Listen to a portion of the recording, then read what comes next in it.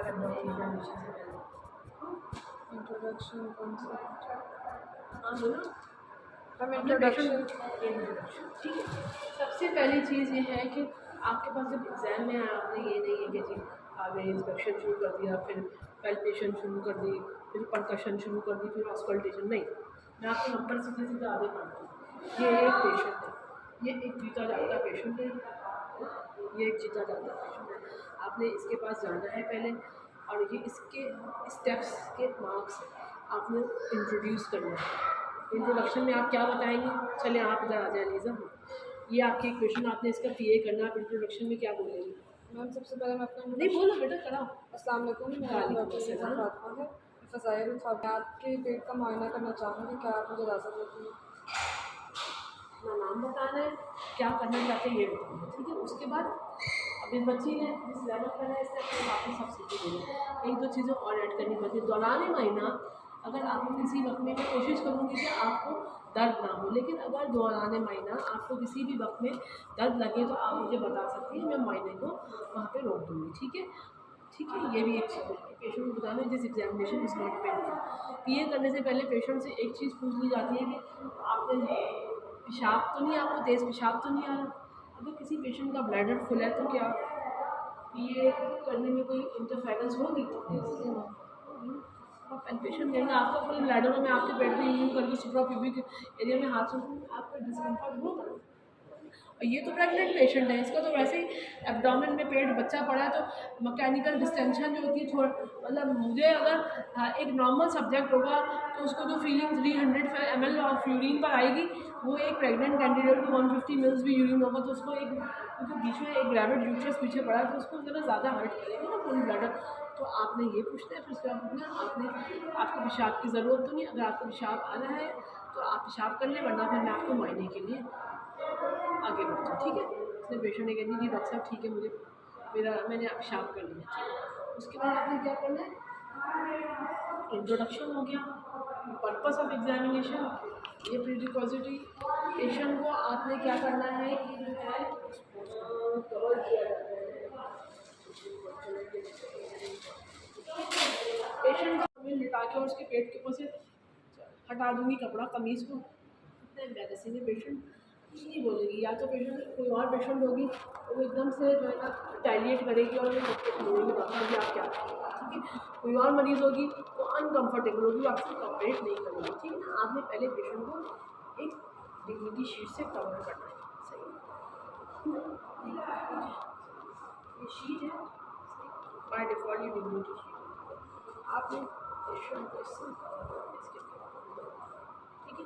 अच्छा, अब आपने क्या करना है कि प्रॉपर एक्सपोजर करना है, यानी आपने पेट का उतना ही हिस्सा खोलना है जितना कि आपको ज़रूरत है। आपको ये नहीं है कि पूरी कमीज़ ऊपर करके पूरे उसके ब्रेस्ट को एक्सपोज कर दिया और टांगों को मिठाई तक एक्सपोजर कर दिया।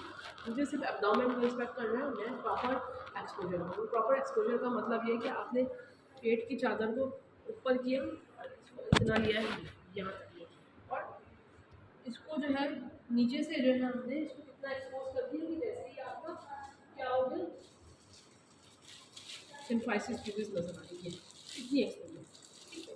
तो इंट्रोडक्शन, कंसेंट, एक्सपोजर, ठीक है। उसके बाद ये सब चीज़ें जब आपकी सारी की सारी फॉर्मेलिटीज़ पूरी हो गई, फिर आखिर में आपने क्या करना है? आपने इंस्पेक्शन करना है। सबसे पहले इंस्पेक्शन से स्टार्ट करना है। इंस्पेक्शन के लिए हमारा क्या रूल है? हमें इंस्पेक्शन कैसे करना चाहिए? राइट साइड पर। Rest of the examination palpation, percussion, auscultation जो है पेशेंट की राइट साइड से होगी, ठीक है। पेशेंट का राइट साइड ये है, लेकिन इंस्पेक्शन के लिए पेशेंट को फुल के फुट एंड पर आना है, ठीक है। फुट एंड पे आना क्यों ज़रूरी है? राइट साइड से कर ले तो मुझे क्या मुसीबत है? मैं करी क्यों, मुझे क्या फ़ायदा? जब तक आप फुट एंड पे नहीं खड़े आप सिमेट्री को कैसे जज करेंगे? सिमेट्री तो आपको फुट एंड से ही पता चलेगी। अच्छा, इंस्पेक्शन में आपने सबसे पहले क्या देखना है एब्डोमेन के में? कलर, स्कार्मा, टिश्यू, स्कार्मा, सबसे पहले देखनी शेप ऑफ द एब्डोमेन, चाहे ऑब्स्ट्रक्टिव पेशेंट का हो, चाहे एक जनरल सर्जरी वार्ड में पेशेंट है, चीज़ें बहुत ठीक है। सबसे पहले देखी जाती है shape of the abdomen. Abdomen seems to be distended. Most likely this patient is a, she is a because of the due to the gravid uterus, ठीक है। एब्डोमेन बता दी। फिर आपने क्या करनी है दूसरी चीज़, position of the umbilicus and the shape of the umbilicus. Umbilicus is central, inverted, everted, जैसा भी है जो भी है, ठीक है। उसके बाद आपने टाइप ऑफ ब्रीदिंग बता दिया, एब्डोमिनोथोरेसिक है कि थोरैको एब्डोमिनल, ये सब पढ़ाया नहीं क्या आपके आप लोगों को? क्या था? नहीं पढ़ाया गया के बीए में नहीं पढ़ाया, बीए आज में का भी गया था। एब्डोमिनोथोरेसिक है कि थोरैको एब्डोमिनल है। ये कैसे हो सकता है कि आप लोगों को ना पढ़ाया गया? मुझे यकीन नहीं आ रहा पढ़ाया गया है। नहीं, अगर नहीं भी पढ़ाएगा तो क्या है, आप लोग लिखते जाइए भाई, मेरा तो फ़र्ज़ है पढ़ाना, इससे पहले किसी ने नहीं पढ़ाया तो ये उसकी रिस्पॉन्सिबिलिटी है। लेकिन जनरल सर्जरी में जो स्टूडेंट रोटेशन कर रहे हैं आयरन को पढ़ाना हम लोग तो नहीं सकते, ठीक है। अच्छा, आपने टाइप ऑफ ब्रीदिंग बता दी। उसके बाद आपने बताने को विजिबल स्कार मार्क तो नहीं नज़र आ रहे, को विजिबल पिगमेंटेशन जो नहीं नज़र आ रही। पेशेंट जो प्रेग्नेंट होते हैं उनको लीनियर नाइग्रा होती है, ठीक है। सेंटर की जो लाइन होती है वो थोड़ी सा डार्क हुई होती है, लीनियर नाइग्रा। स्ट्राई ग्रेविडारम नजर आते हैं, स्ट्रेच मार्क होते हैं पेट में। मैं आपको रियल पेशेंट भी दिखाऊंगा, ठीक है। आज हम मैनिकिन में ही प्रैक्टिस करने भी हमें बहुत टाइम है। डॉक्टर मुस्टर से कहूँगी नेक्स्ट वीक में किसी दिन आपको रियल पेशेंट पे भी करना, ठीक है। Striae gravidarum, some remark about the striae gravidarum and linea nigra, ठीक है। उसके बाद आपने पेशेंट से कहा खांसी करो, खांसी करी, उसने आपने कहीं देखना है कि कहीं कफ इम्पल्स तो नहीं आ रहा, कोई खुदा न पता हाइड्रेशन तो नहीं है, ठीक है। अब ये हो गया आपका यहाँ पर। अगर आपको लकीली आप इंस्पेक्शन कर रहे हो और आपको नजर आए कि पेट में फीटस मूवमेंट आपने अप्रिशिएट की कि जी पेट के अंदर बच्चे ने मूव किया, पता चल जाता है। बहुत लीन पेशेंट्स होते हैं जिनकी थिन एब्डोमिनल वॉल होती है, फीटल मूवमेंट बड़े आराम से पता चले। अगर आपने कोई फीटल मूवमेंट भी ऑब्जर्व कर लिया, आपसे I am able to appreciate the fetal movement, नज़र आ रही है, नज़र आ रही है तो आ रही है, ख़त्म बात, ठीक है ना। अच्छा, ये हो गई इंस्पेक्शन कंप्लीट, सही है। उसके बाद आ गया पैल्पेशन। अब आपने राइट साइड पर आना है, ठीक है। पैल्पेशन जो होती है, ये सारी जो 1 2 3 4 ऑब्जेक्टिव्स हमने डिस्कस कर दी थी। हमें ड्यूरेशन ऑफ जेस्टेशन देखनी है, हमें असेसमेंट ऑफ ग्रोथ करनी है, प्रेजेंटेशन देखनी है, फीटल हार्ट साउंड से अपनी पैल्पेशन पे देखी जाती है, लाइकर की असेसमेंट करनी, ये सारा का सारा पैल्पेशन पर ही, ठीक है। डिफरेंट टाइप की ग्रिप्स होती है। प्रेग्नेंट पेशेंट को जो पैल्पेशन होता है वो एक आम पर एब्डोमिनल एग्जामिनेशन से डिफरेंट होता है, ठीक है। आम एक पीए कर रहे हैं पेशेंट जो नॉन ग्रेविड, उसमें हम सुपरफिशियल पैल्पेशन करते हैं, ठीक है। फिर हम डीप पैल्पेशन करते हैं। प्रेग्नेंट पेशेंट में ऐसा नहीं, प्रेग्नेंट पेशेंट में हम करते हैं Leopold manoeuvre. Leopold manoeuvre, Leopold manoeuvre क्या होता है? 4 ग्रिप्स होती हैं। एक होती है फंडल ग्रिप, एक होती है लैटरल ग्रिप, एक होती है पेल्विक ग्रिप और एक होती है पॉलिक ग्रिप। ये सब आपके 10 टीचर्स में लिखा है, ठीक है। फंडल grip, lateral grip, pelvic grip, folic grip, ठीक है। ये सारी ग्रिप्स जो है, फंडल ग्रिप का मतलब आपने फंडस को पेल्पेट किया, लैटरल ग्रिप का मतलब है कि आपने लैटरली जाके पेल्पेट किया, पॉलिक ग्रिप और पेल्विक ग्रिप ने लोअर एब्डोमेन को पेल्पेट किया। जब ये आप सारी की सारी ग्रिप्स कर लेंगे तो आपको इंप्रेशन मिल जाएगा कि ये प्रेगनेंसी कैसे चल रही है। अच्छा, इंस्पेक्शन में सबसे पहले हम पैल्पेशन से ही पहले हमने क्या करना है, recording the symphysio fundal line. Recording the symphysium, measuring the symphysium fundal line will give you some idea regarding the duration of gestation, ठीक है। symphysium fundal height को क्या होती है, हमने जो को पैल्पेट करने की हम सबसे पहले क्या करते हैं, पेशेंट के लोअर एब्डोमेन में जाते हैं जहाँ सिम्फाइसिस है, पहले सिम्फाइसिस प्यूबिस को मैंने पैल्पेट किया, ठीक है। ये सिम्फाइसिस है, ये नहीं है। सिम्फाइसिस प्यूबिस का जो अपर बॉर्डर है ना, वो बहुत आराम से पैल्पेट हो जाता है, चाहे पेट में बीज भी हो, यहाँ फैट डिपॉजिट। सिम्फाइसिस प्यूबिस का अपर बॉर्डर आपने पैल्पेट किया। अच्छा, उसके बाद आपने क्या किया, अपना ये जो लेफ्ट हैंड है ना, उसका अल्नर बॉर्डर लिया, ये अल्नर बॉर्डर, लेफ्ट हैंड को यूँ सीधा रखा पेट के ऊपर ऐसे रख परपेंडिकुलरली, और उसका अल्नर बॉर्डर को यूज़ किया।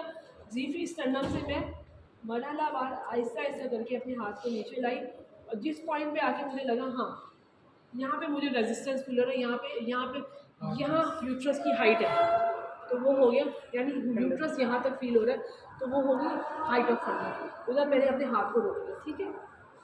उसके बाद क्या किया मैंने, उधर एक चाहे तो अपनी फिंगर को रख लीजिए। उसके बाद आपने क्या किया, इंच टेप ली, इंच टेप से जो आपने उसका ये सेंटीमीटर वाली साइड है, ये इंच वाली साइड है, इंच वाली साइड को ऊपर रखेंगे, सेंटीमीटर वाली को नीचे रखेंगे। इसका जो ज़ीरो का रेफरेंस पॉइंट था वो मैंने सिम्फाइसिस पे रखा, ये वाला हाथ जो था मैं, एंड इसको मैं वहाँ पे लिया जहाँ पे मुझे फंडस फील हुआ, मुझे यहाँ फंडस फील हुआ। मैंने देखा कि ये सिम्फिजियो फंडल हाइट इंचज़ में बन रही है 11 इंच, और मुझे चाहिए सिम्फिजियो फंडल हाइट सेंटीमीटर। अब मैंने 11 इंच को पलट दिया, उल्टा दिया, 11 इंच बन रहा है 28.5 सेंटीमीटर, यानी कि ये प्रेगनेंसी जो है 28 वीक्स की प्रेगनेंसी है। So whatever be the measured symphysio fundal height in centimetre will be exactly corresponds to the duration of gestation in week. 20 cm height है 20 week pregnancy, 28 cm height है 28 week pregnancy है, 32 cm height है 32 week pregnancy है, 36 cm height है 36 week pregnancy। 12 week से पहले ये है ना, आप ये वर्केबल नहीं है, क्योंकि 12 वीक से पहले क्या होता है, अगर प्रेगनेंसी 12 वीक की है तो क्या आपको फील होगी यूट्रस पेल्विक कैविटी में से up to 12 week uterus abdomen में फील होता है, वो पेल्विस के अंदर ही अकाउंटेड। आफ्टर 12 वीक आपको यूट्रस वहाँ जाके फील होता है, ठीक है ना। तो अब क्या है कि 14 वीक हो गई है अम्लाइकोसिस की, आप देखें 14 वीक है, फिर 16 वीक, फिर 18 वीक है, सेंटर ऑफ द अम्लाइकोस 20 वीक से, ठीक है ना। तो ये हो गई आपकी इंस्पेक्शन। अब मैं आ गई ल्यूपोल मैन्यूवर पे। ल्यूपोल मैन्यूवर में आपको ऑर्डर को फॉलो करना है। सबसे पहले करना है फंडल ग्रिप, फिर करना है लैटरल ग्रिप, फिर करना है पेल्विक ग्रिप, फिर करना है पॉलिक ग्रिप, ठीक है। इसी ऑर्डर को आपने, अगर आप एग्जाम में सब कुछ करेंगे लेकिन ऑर्डर को नहीं फॉलो करेंगे, मैं आपको एक नंबर काट दूँगा। ऑर्डर इसलिए ज़रूरी है कि फंडल ग्रिप आपको सबसे ज़्यादा मैक्सिमम इन्फॉर्मेशन देती है, ठीक है। उसके बाद लैटरल पर आते हैं, तो ऐसा ऐसा करके जैसे जैसे ऑब्स्टेट्रिशियन नीचे जा रहा था, एज अ क्लिनिशियन में एग्जामिनेशन करूँ, मेरी आँख फीटस के फेटस के अंदर है, मुझे जैसे जैसे मैं नीचे उतर रही हूँ, मैं ग्रिप्स कर रही हूँ मटालावान इन दी ऑर्डर, तो मुझे फीटस के बारे में more and more information in a sequential pattern मिल रही है, ठीक है। अच्छा जी, फंडल ग्रिप ये है, ये जो है आपने चेक किया, ग्लव तो पहनने ही पहने, वो तो कहने की ज़रूरत ही नहीं है, ग्लव तो पहनना ही पहनना।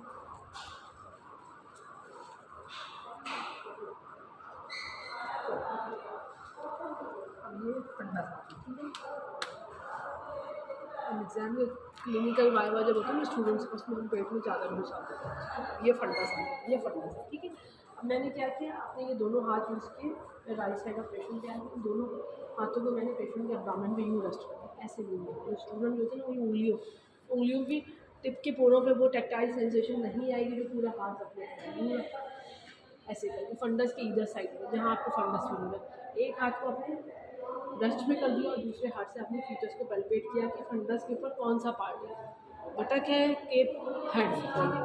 मुझे लगा कि नहीं ये बटक है, कोई सॉफ्ट सा पार्ट है, बिलावटे बनी है, फिर मैंने इस हाथ को रेस्ट में रख दिया, फिर मैंने इधर से उसको पैल्पेट किया।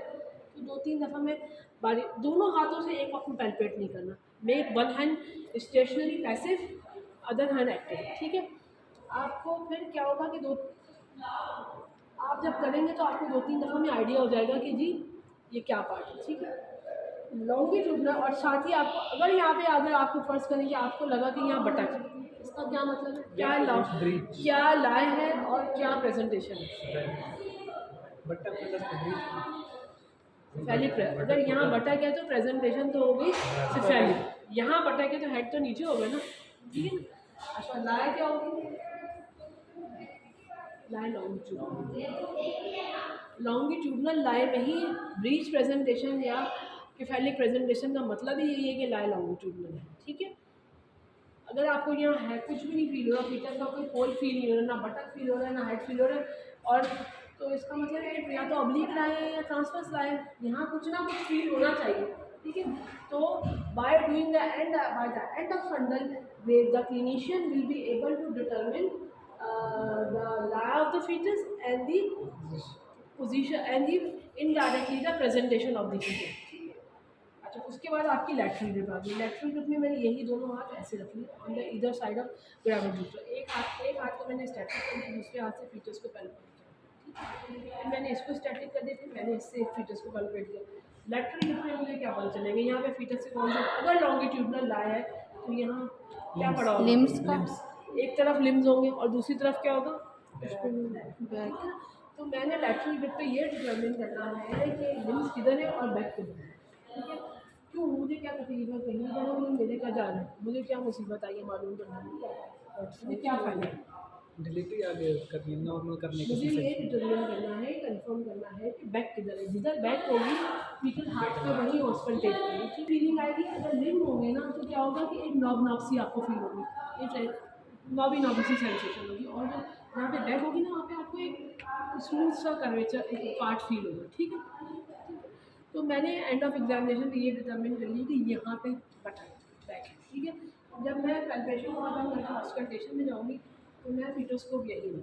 सही, ये होगा। अच्छा, तो आपको लेटरल ग्रिप में आपको क्या हुआ, एक तो चीज़ ये पता चल गई, you will be able to determine the side where back is lying. ठीक है, दूसरी चीज़ ये होगी कि आपको असिस्टेंट ऑफ लाइकर होगा। जब मैं बच्चे को मूव कर रही हूँ तो मैं देख रही हूँ कि बच्चा माँ के पेट में कितना कैसा कुशनिंग इफेक्ट है, और इजीली मूव कर रहा है, यानी कि आपको मुझे फीटस ही फीटस फील हो रहा है, कोई कुशनिंग कोई कुछ भी इन बिटवीन नहीं फील हो रहा।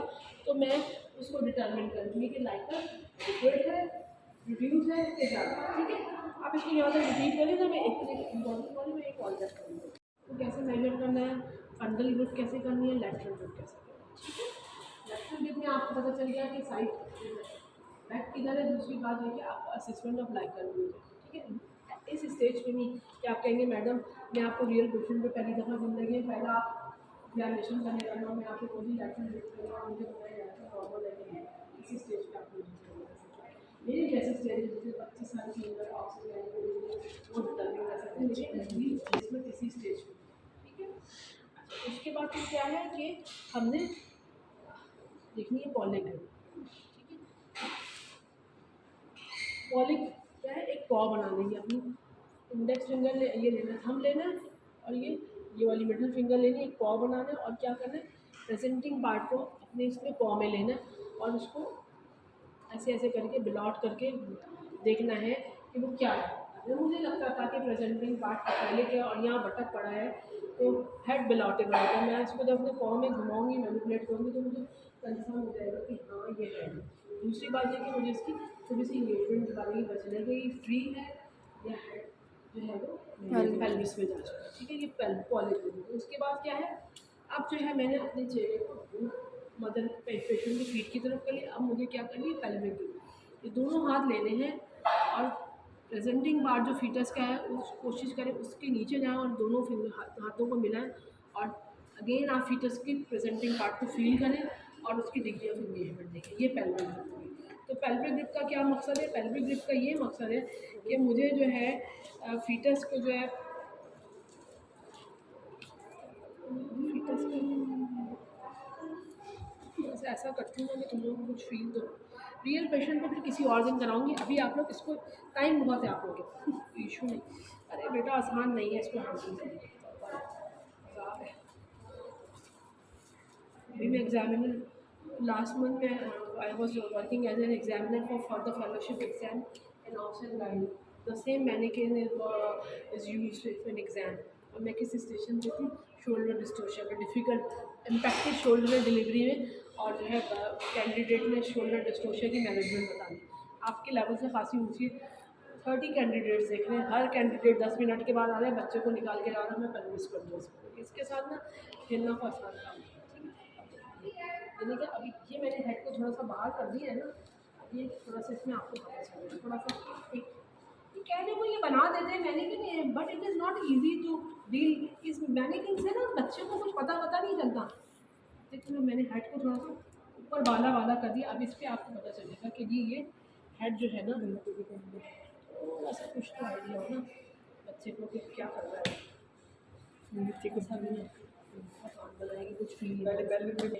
ये मेरा पॉ है, ये प्रेजेंटिंग वाली ये पॉलीग्रिप होगी। फिर पेल्विक ग्रिप में मैंने क्या किया, यूँ जाके अपने फिंगर्स को यहाँ लेकर आई और मैंने देखा कि ये अगर मेरी बियॉन्ड द प्रेजेंटिंग पार्ट जाके मेरी दोनों हाथों की फिंगर्स मिल रही है, इसका मतलब है कि हेड बिल्कुल प्रेजेंटिंग पार्ट बिल्कुल फ्री है, अभी उसमें नहीं गया पेल्विस से। अगर मैं कोशिश करूँ और मेरी दोनों फिंगर्स नीचे जाके नहीं मिल रही, इसका मतलब है कि कुछ पार्ट पेल्विस में जा चुका और हेड अभी के लिए। ठीक है ना, ये चीज़ होगी जजमेंट्स होती है जो हमें जिनका आइडिया लगाना होता है।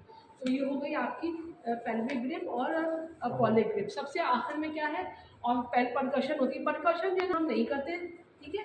परकशन हम सिर्फ उस वक्त करते हैं अगर हमें लगता है कि जी लाइकर बहुत ज़्यादा है, पॉलीहाइड्रोमियोस का केस है, तो फिर हम परकशन करते हैं, मतलब रूटीन में एक नॉर्मल प्रेगनेंसी में हम परकशन नहीं करते। ठीक है, डायबिटिक प्रेगनेंसीज होती है उनमें लाइका पॉलीहाइड्रामियोस हो जाते हैं, लाइकर बहुत ज़्यादा हो जाते हैं, तो हम तब करते हैं। ठीक है, तो परकल्टेशन को हम रूटीनली नहीं करते, उसको ओमिट कर दिए।